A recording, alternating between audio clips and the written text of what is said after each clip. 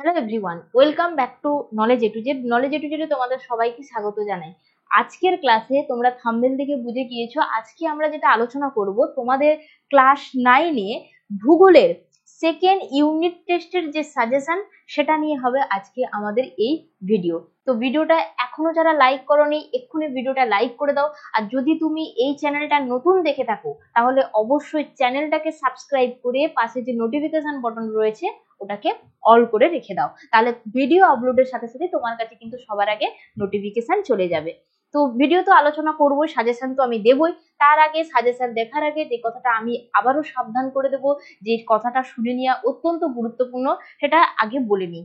তো তোমরা জানো যে তোমাদের এই যে ইউনিট টেস্টের পরীক্ষার প্রশ্নপত্র কিন্তু তোমাদের স্কুলে স্যার ম্যাডামরাই করে থাকেন। তো সেই হিসেবে প্রশ্নের যে কাঠামো বা স্ট্রাকচার সেটা কিন্তু বিভিন্ন স্কুলে বিভিন্ন রকম হয়ে থাকে, সেটা কঠিন, সহজ বা মাঝারি, যে কোনো স্কুলে যে কোনো রকম প্যাটার্ন কিন্তু হতে পারে। তো আমি এটা তোমাকে একেবারেই বলবো না যে এইখানে ভিডিওতে বলা সাজেশন থেকেই কিন্তু তোমার স্কুলে কমন আসবে, এটা কিন্তু আমি একেবারেই বলবো না। কিন্তু হ্যাঁ, এটুকু আমি তোমাকে বলতে পারি যে তুমি যদি এই সাজেশন গুলো ভালো করে প্র্যাকটিস করো, ভালো করে দেখে যাও, ভালো করে পড়ে যাও, এখান থেকে তুমি কমন পেতে পারো। কারণ এই প্রশ্নগুলো কিন্তু বিভিন্ন যে আগের বছর স্কুলের কালেকশন থেকে দেখা গেছে যে এই প্রশ্নগুলো প্রায় 99% স্কুলে কিন্তু এই প্রশ্নগুলো দিয়ে থাকে। তুমি যদি প্রশ্ন বিচিত্রা করতে চাও, তুমি যদি পারুলের কোনো টার্গেট বা যে সমস্ত প্র্যাকটিস বইগুলো আর কি রয়েছে এগুলো দেখে যদি তুমি দেখতে চাও, তাহলে দেখবে এই প্রশ্নগুলোই কিন্তু সেখানে রয়েছে। তো এই প্রশ্নগুলো খুবই গুরুত্বপূর্ণ, সেই হিসেবে বিভিন্ন স্কুলে এই প্রশ্নগুলো কিন্তু দিয়েই থাকে স্যার ম্যাডামরা। বোঝা গেল?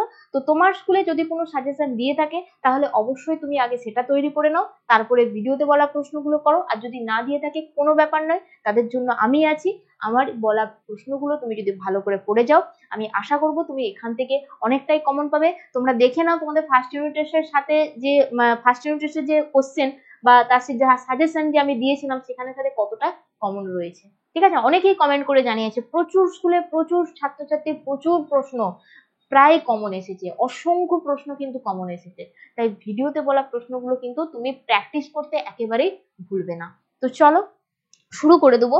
প্রথম যে চ্যাপ্টার, আমি আগে শুরু করার আগে আমি তোমাদেরকে বলে দিচ্ছি সেকেন্ড ইউনিট টেস্টে আমাদের কোন কোন চ্যাপ্টার পরীক্ষা হবে। আমাদের পরীক্ষা হবে প্রাকৃতিক থেকে 3টে চ্যাপ্টার পরীক্ষা হবে। একটা হচ্ছে যে ভূপৃষ্ঠের যে সময়, ঠিক আছে, দেখো ভূপৃষ্ঠে যে কোন স্থানের অবস্থান নির্ণয়ের সময়, এই চ্যাপ্টারটা পরীক্ষা হবে।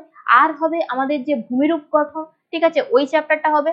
আর হবে আমাদের আবহবিকার, আর হবে আঞ্চলিক যে অংশটা সেটা থেকে হবে আমাদের যে পশ্চিমবঙ্গের যে প্রাকৃতিক অংশটা সেইটা। তো চলে আসো প্রথম যে চ্যাপ্টার মানে থার্ড চ্যাপ্টার, এটা হচ্ছে আমাদের থার্ড চ্যাপ্টার। থার্ড চ্যাপ্টারের থেকে আমাদের কি এখান থেকে 2 নম্বরের জন্য কি কি প্রশ্ন করতে হচ্ছে দেখো। অক্ষাংশ কাকে বলে, অক্ষরেখা কাকে বলে, মূল মধ্যরেখা কাকে বলে, নিরক্ষরেখা কাকে বলে, দ্রাঘিমা, মহাবৃত্ত, ক্ষুদ্রবৃত্ত, ভূজালক, প্রমাণ সময়, স্থানীয় সময়, প্রতিভা স্থান, এমপিএম এবং আন্তর্জাতিক তারিখ রেখা কাকে বলে। এগুলো কিন্তু 2 নম্বরের জন্য তোমাকে কিন্তু তৈরি করতে হবে। এই প্রশ্নগুলোই কিন্তু তোমাদের পরীক্ষায় আসে। দিতে পারে যে ভূজালক কি, হতে পারে তোমাকে দিতে পারে যে নিরক্ষরেখা কাকে বলে, কিংবা দিতে পারে প্রমাণ সময় এবং স্থানীয় সময় কাকে বলে, আন্তর্জাতিক তারিখ রেখা কাকে বলে। তো 2 নম্বরের জন্য এগুলো যদি তুমি তৈরি করে নাও তাহলে এখান থেকে তুমি কমন পেয়ে যাবে। চলো নেক্সট যাবো 3-এর জন্য।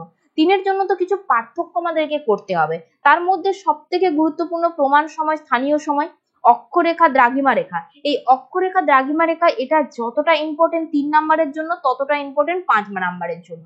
ঠিক আছে, নেক্সট নিরক্ষরেখা, মূল মধ্যরেখা, অক্ষাংশ অক্ষরেখা এবং অক্ষ অক্ষরেখা, এগুলো কিন্তু পার্থক্যের জন্য তোমাকে দেখতেই হবে। ঠিক আছে, যে কোনো পার্থক্য দিতে পারে। তো সেই হিসেবে তো তোমাকে একটু মানে সেফ জোনে থাকাটাই বেস্ট, একটু বেশি প্রশ্ন করে যাওয়াটাই তুমি সেফে থাকবে অনেকটা, তাই না? তো এগুলো কিন্তু দেখে যাবে। তারপরে দেখো দিতে পারে অক্ষরেখার বৈশিষ্ট্য কিংবা দিতে পারে দ্রাঘিমা রেখার বৈশিষ্ট্য, যে কোনো একটা প্রশ্ন দিতে পারে, অথবা দিতে পারে অক্ষরেখার গুরুত্ব লেখো, অক্ষরেখার গুরুত্ব লেখো, এটাও কিন্তু সমানভাবে ইকুয়ালি ইম্পর্টেন্ট। তারপরে দেখো পৃথিবীর বিভিন্ন তাপবলয় সম্বন্ধে লেখো, এটা 3-এর জন্য দেয়। আচ্ছা, একই অক্ষরেখা বরাবর স্থানগুলোতে একই সময়ে দিনরাত হয় না কি, কেন বা কি কারণে, এটা গুরুত্বপূর্ণ। 180 ডিগ্রি দ্রাঘিমা রেখাকে আন্তর্জাতিক তারিখ রেখা ধরা হয়েছে কেন, খুবই গুরুত্বপূর্ণ। তারপরে যেটা রয়েছে আন্তর্জাতিক তারিখ রেখা, 180 ডিগ্রি দ্রাঘিমাকে সর্বত্র অনুসরণ করেনি কেন? আন্তর্জাতিক তারিখ রেখাকে বাঁকানো হয়েছে কেন এবং আন্তর্জাতিক তারিখ রেখার গুরুত্ব। অতএব আন্তর্জাতিক তারিখ রেখার যে অংশটা সেখান থেকে কাকে বলে করতে হবে, সেখান থেকে এই যে আদার্স 3 নম্বরের যে প্রশ্নগুলো রয়েছে এগুলো কোনো প্রশ্নই তোমাকে ছাড়লে চলবে না। বোঝা গেল? তাহলে 3-এর জন্য কিন্তু এই প্রশ্নগুলো করছো। আরেকটা দেখবে সেটা হচ্ছে মূল মধ্যরেখা বরাবর হাঁটলে জলবায়ুর ব্যাপক তারতম্য পরিলক্ষিত হয় কেন? ঠিক আছে, তো 3-এর জন্য কিন্তু আমরা এই প্রশ্নগুলো এই চ্যাপ্টার থেকে খুব ভালো করে তৈরি করব। হ্যাঁ, যদি তুমি 3-এর জন্য এগুলো ভালো করে তৈরি করে নাও, 5-এর জন্য সেরকম ভাবে এই চ্যাপ্টার থেকে কোনো প্রশ্ন, বড় প্রশ্ন আর কি থাকে না। এখান থেকে যেটা থাকে সেটা হচ্ছে অঙ্ক থাকে।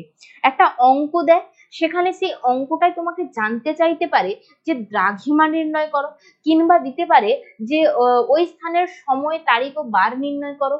এই টাইপের কিন্তু অঙ্ক দেয়। এবারে তুমি বলবে এই অঙ্কগুলো ইম্পর্টেন্ট, তাহলে আমি কি করে করব? দেখো, অঙ্ক তো যেখান থেকে দিতে পারে, তো সেই হিসেবে তোমাকে অঙ্ক প্র্যাকটিস করতে হবে। তুমি প্র্যাকটিস করতে পারো, তোমার কাছে যে প্র্যাকটিসের বই রয়েছে, আমি তো বলবো তুমি যদি প্রশ্নবিচিত্রা রায়মার্টিনটা নিয়ে নাও, এটা খুব স্ট্যান্ডার্ড বই।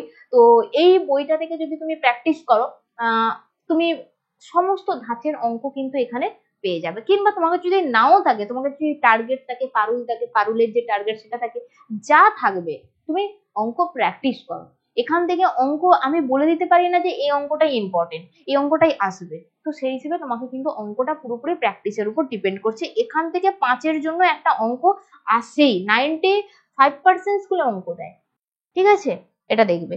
আর প্রশ্নের জন্য কোন স্থান এবং প্রতিভা স্থানের মধ্যে সময়ের পার্থক্য 12 ঘন্টা, উপযুক্ত চিত্র সহ বর্ণনা করো। এটা হয়তো কোনো স্কুলে হয়তো দিয়ে থাকতে পারে 5-এর জন্য। এটা দেয় না, সাধারণত দেয় না, অঙ্কই আসে। অঙ্কটাই বেশি ইম্পর্টেন্ট রয়েছে। আমি বলবো তুমি অঙ্ক প্র্যাকটিস করো, একদম সুন্দর ছাকা 5 নাম্বার পেয়ে যাবে। এর অঙ্ক হেভি সোজা, হেভি সোজা। ঠিক আছে, চলো নেক্সট যাচ্ছি আমরা ফোর্থ চ্যাপ্টার থেকে 2 নম্বরের জন্য কি কি প্রশ্ন করব। মহীভাবক আলোড়ন কাকে বলে, গিরিজনী আলোড়ন কাকে বলে, সমস্থিতিক আলোড়ন কাকে বলে, বেনিয়োগ জোন অথবা দিতে পারে বেনিয়োগ এলাকা, একই জিনিস, বা বেনিয়োগ অঞ্চল একই জিনিস, কাকে বলে। গ্রস্ত উপত্যকা, ক্যালডেরা, জ্বালামুখ, প্লিউম, পিরমেন্ট মালভূমি, ব্যবচ্ছিন্ন মালভূমি, ডেকান ট্র্যাপ, লোয়েস সমভূমি কি, আচ্ছা, বা লোয়েস কি দিতে পারে, মোনাডনক ও ইনসিলভার হটস্পট, আর দিতে পারে দ্য গ্রেট রিফট ভ্যালি। তো এগুলো কিন্তু 2-এর জন্য খুব ভালো করে রেডি করবে আমাদের এই 4th চ্যাপ্টার থেকে, পুরো 4th চ্যাপ্টার থেকে 2-এর জন্য তুমি যদি এই প্রশ্নগুলো ভালো করে নাও, তাহলে তুমি একেবারে উত্তর করে আসতে পারবে। এখান থেকে তুমি প্রশ্ন কমন পেয়ে যাবে। ঠিক আছে, চলো তারপরে দেখো 3-এর জন্য কি কি প্রশ্ন করবে। পার্থক্য তো করতেই হচ্ছে, সেটা হচ্ছে অন্তর্জাত বহির্জাত মহীভাবক এবং গিরিজনী, এটা খুব ইম্পর্টেন্ট। স্তূপ পর্বত এবং গ্রস্ত উপত্যকা, এটা ইম্পর্টেন্ট। সঞ্চয়জাত পর্বত এবং ক্ষয়জাত পর্বত, ম্যাগমা লাভা, পেডিমেন্ট বাজাদা, এটা ইম্পর্টেন্ট। আর পর্বত বেষ্টিত এবং ব্যবচ্ছিন্ন মালভূমি, এটা গুরুত্বপূর্ণ রয়েছে। তো গুরুত্বপূর্ণ আমি যেগুলো সেগুলো তো বলেই দিলাম, কিন্তু যেহেতু স্কুলের টিচাররাই প্রশ্ন করবেন, তো যে কোনো প্রশ্নই তিনি দিতে পারেন, তো সবগুলোই তুমি একটু দেখে রাখো কমসে কম। ঠিক আছে, চলো আগ্নেয় পর্বত অথবা ক্ষয়জাত পর্বতের বৈশিষ্ট্য যে কোনো একটা, বেশিরভাগটাই দেয় আগ্নেয় পর্বতের বৈশিষ্ট্য, আবার ক্ষয়জাত পর্বতের বৈশিষ্ট্যটাও ইকুয়ালি ইম্পর্টেন্ট। ঠিক আছে, দুটোই ইম্পর্টেন্ট রয়েছে, তো এইটা একটু দেখে নেবে। আগ্নেয় পর্বত কিভাবে সৃষ্টি হয়েছে বা আগ্নেয় পর্বতের সৃষ্টি ব্যাখ্যা করো, একই প্রশ্ন। তো এটা তুমি দেখবে। মানব জীবনের সমভূমির কি গুরুত্ব, খুব গুরুত্বপূর্ণ, এটা গুরুত্বপূর্ণ। ভঙ্গিল পর্বতের জীবাশ্ম দেখা যায় কেন, এটা গুরুত্বপূর্ণ। আচ্ছা, প্রশান্ত মহাসাগরে আগ্নেয় মেঘলা কি, অথবা দিতে পারে যে কোন পাক সীমানায় আর কি এই প্রশান্ত মহাসাগরীয় আগ্নেয় মেঘলাটা হয়েছে, 2 নম্বরের জন্য দিতে পারে। তো এটা ভালো করে দেখবে। আচ্ছা, স্তূপ পর্বত এবং গ্রস্ত উপত্যকা পাশাপাশি কেন অবস্থান করে, এটা মোটামুটি একটু গুরুত্বপূর্ণ রয়েছে। ঠিক আছে, তো 3-এর জন্য এই চ্যাপ্টার থেকে কিন্তু এই প্রশ্নগুলো খুব ভালো করে তুমি তৈরি করে দিচ্ছ। চলো নেক্সট আসছি বড় প্রশ্ন, 5 নম্বরের জন্য এখান থেকে কি প্রশ্ন করবে। যেই প্রশ্নটা খুব ভালো করবে সেটা হচ্ছে ভঙ্গিল পর্বতের উৎপত্তি। ঠিক আছে, পাঁচ সংস্থান তত্ত্বের আলোকে ভঙ্গিল পর্বতের উৎপত্তি, এটা ভেরি ভেরি ইম্পর্টেন্ট। ঠিক আছে, আচ্ছা, চিত্র সহ মালভূমি অথবা সমভূমি, বেশিরভাগটাই মালভূমি দেয়। তো মালভূমির যে চিত্র এবং তার যে সহজে বর্ণনা, যে মালভূমিগুলো রয়েছে, সমস্ত মালভূমি কিন্তু 3টে, যে কোনো 3টে অথবা 4টে তুমি ভালো করে দেখেছো। ঠিক আছে, তো মালভূমিটা গুরুত্বপূর্ণ। আর চিত্রসহ স্তূপ পর্বত এবং গ্রস্ত উপত্যকার উৎপত্তি ব্যাখ্যা করো। এই জায়গাতে একটু বলে নি, ঠিক আছে, এই জায়গাতে একটু বলে নি, এই চিত্রসহ স্তূপ পর্বতের উৎপত্তি অথবা গ্রস্ত উপত্যকা, এই দুটো প্রশ্ন কিন্তু তিনেও দিয়ে দিতে পারে। বলতে পারে যে চিত্রসহ তুমি স্তূপ পর্বতের উৎপত্তি ব্যাখ্যা করো, 3 নাম্বারে দিল, 3 নাম্বারে, ঠিক আছে। তো যদি তুমি 5-এর জন্য তৈরি করে নাও তাহলে ওই একই প্রশ্ন কিন্তু 3-এর জন্য তৈরি করা হয়ে যাচ্ছে। বোঝা গেল? তো এখান থেকে কিন্তু এই প্রশ্নগুলো তুমি রেডি করছো, ভালো করে স্ক্রিনশট নিলে নিয়ে নিতে পারো, ঠিক আছে। চলো নেক্সট যাবো, পরবর্তী যে চ্যাপ্টার রয়েছে আমাদের, পরবর্তী চ্যাপ্টার রয়েছে আবহ বিকার। তো আবহ বিকার থেকে দেখো 2-এর জন্য আমরা কি কি প্রশ্ন তৈরি করব, এটা আমাদের 5th চ্যাপ্টার রয়েছে, এটা আমাদের 5th চ্যাপ্টার। আবহ বিকার কাকে বলে, ক্ষয়ভবন কাকে বলে, একটু আমি এখানে বলে নিই, ঠিক আছে, দেখে নাও আগে, তারপর আমি বলে দিচ্ছি। পুঞ্জিত ক্ষয়, নগ্নিভবন, পর্যায়ন, যান্ত্রিক আবহ বিকার, স্বল্পমোচন, ক্ষুদ্রকণা বিসরণ, জারণ, কার্বনেশন, আর্দ্র বিশ্লেষণ, তুহিন খণ্ডীকরণ, জৈব আবহ বিকার, হিউমিফিকেশন প্রক্রিয়া, রেগোলিথ এবং সোলাম। ভেরি ভেরি ইম্পর্টেন্ট, প্রত্যেকটাই ইম্পর্টেন্ট, প্রত্যেকটা জায়গায় ইম্পর্টেন্ট রয়েছে। তো 2 নম্বরের জন্য তোমরা এগুলো অন্তত ছাড়ো না, ঠিক আছে, এগুলো দেখে যেওই। আচ্ছা, যদি তুমি এই 2 নম্বরের জন্য এই অংশটা ভালো করে করে নাও, ঠিক আছে, তাহলে এই 3-এর প্রশ্ন, অনেক প্রশ্ন তুমি এখান থেকে পেয়ে যাবে, ঠিক আছে। দেখো 3-এর প্রশ্ন বলো, তুমি 5-এর প্রশ্ন বলো, ঠিক আছে, অনেকগুলো প্রশ্ন পেয়ে যাবে। দেখো এখানে যেমন আবহ বিকার ক্ষয়ভবনের পার্থক্যটা তুমি পাচ্ছ, যান্ত্রিক আবহ বিকার এবং রাসায়নিক আবহ বিকার। যান্ত্রিক আবহ বিকার গুলো তুমি জানো যে স্বল্পমোচন, ক্ষুদ্রকণা বিসরণ, এগুলো যে আমি কাকে বলে এগুলো পড়লাম না, এখানে দিলাম না কাকে বলে এগুলো, স্বল্পমোচন, পেঁয়াজের খোলার ন্যায়, ঠিক আছে, গুলির শব্দ। তো এগুলো কিন্তু তোমার সমস্ত জায়গায় ইম্পর্টেন্ট। শিলায় মরচে ধরে কেন, এটা একটা রাসায়নিক আবহ বিকার, ঠিক আছে। তারপরে উষ্ণ মরু অঞ্চলে যান্ত্রিক আবহবিকার প্রাধান্য লাভ করে কেন, নিরক্ষীয় অঞ্চলে রাসায়নিক আবহবিকারের প্রভাব বেশি দেখা যায় কেন, মৃত্তিকা ক্ষয়ের কারণ, মৃত্তিকা সংরক্ষণের উপায়, আচ্ছা, জারণ পদ্ধতিতে লৌহ সমৃদ্ধ শিলা কিভাবে বিয়োজিত হয়, আবহবিকারের প্রভাব, এবং থর মরুভূমি, থর মরু অঞ্চলে বিকেলের দিকে অধিবাসীরা গোলাগুলির শব্দ শুনে কেন। তো এগুলো কিন্তু 3-এর জন্য তুমি ভালো করে তৈরি করে নিচ্ছ, ঠিক আছে। 3 নাম্বারের জন্য আবহ বিকার থেকে এই প্রশ্নগুলো ভালো করে তৈরি করবে।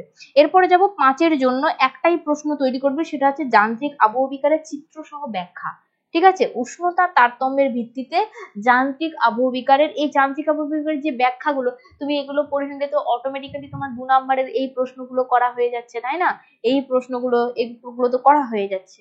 বুঝা গেল?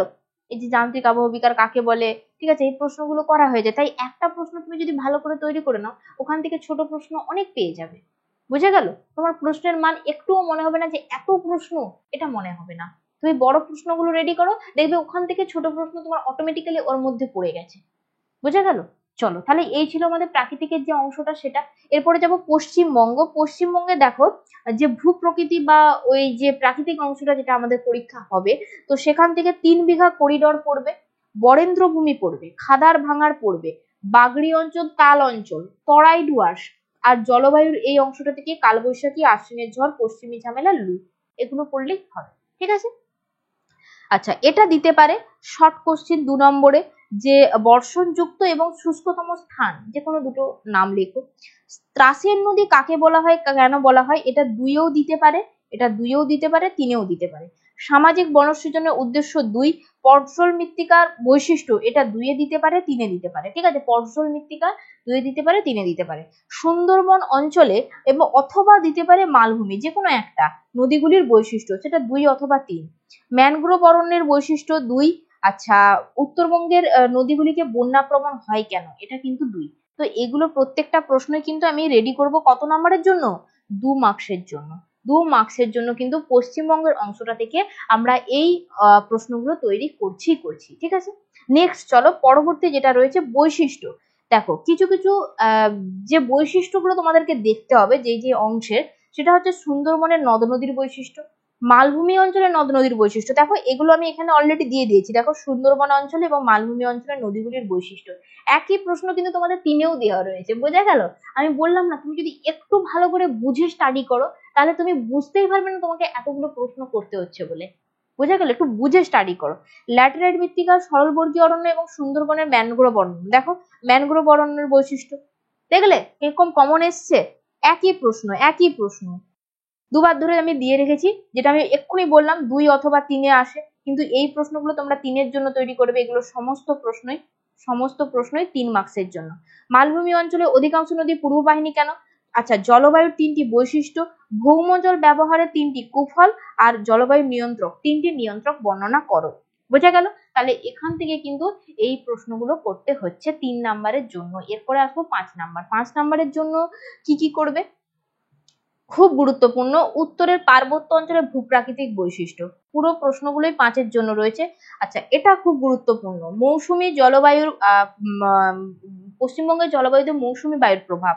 আচ্ছা, পার্থক্যের ক্ষেত্রে যে কোনোটা দিতে পারে। তো আমি এখানে তাও দিয়ে রেখেছি যে পার্বত্য অঞ্চলের নদ নদী এবং সুন্দরবন অঞ্চলের নদ নদী। আচ্ছা, পার্বত্য অঞ্চল এবং উপকূলীয় অঞ্চলের জলবায়ু, আর দিয়ে রেখেছি উত্তরবঙ্গ এবং দক্ষিণবঙ্গের নদী। এটা বেসিক্যালি বেশি ইম্পর্টেন্ট, উত্তরবঙ্গ এবং দক্ষিণবঙ্গের নদী, কিন্তু বাকিগুলো ইম্পর্টেন্ট রয়েছে মোটামুটি, সমানভাবে না হলেও কিছুটা হলেও ইম্পর্টেন্ট রয়েছে। তো ওগুলো তুমি কিন্তু দেখে যেও। তো বোঝা গেল? তাহলে এই ছিল আমাদের টোটাল আজকের ভিডিও ভূগোলে ক্লাস 9-এর জন্য। তো ভিডিওটা কেমন লাগলো, তোমাদের কতটা হেল্প হলো, আমাকে অবশ্যই কমেন্ট করে জানিয়ে দিও। আর এখান থেকে প্রশ্ন কতটা কমন এসেছে সেটাও কিন্তু তুমি পরীক্ষা দিয়ে এসে অবশ্যই কমেন্ট করে জানিয়ে দিও। তো চলো, আজকের ভিডিও আমি এখানে শেষ করছি। আর পরবর্তী ভিডিওতে যে কোনো টপিক নিয়ে যে কোনো ভাবে তোমাদের সাথে আবারও দেখা হচ্ছে। আজকের মতো সবাইকে টাটা, পরের ক্লাসে আবারও দেখা হচ্ছে।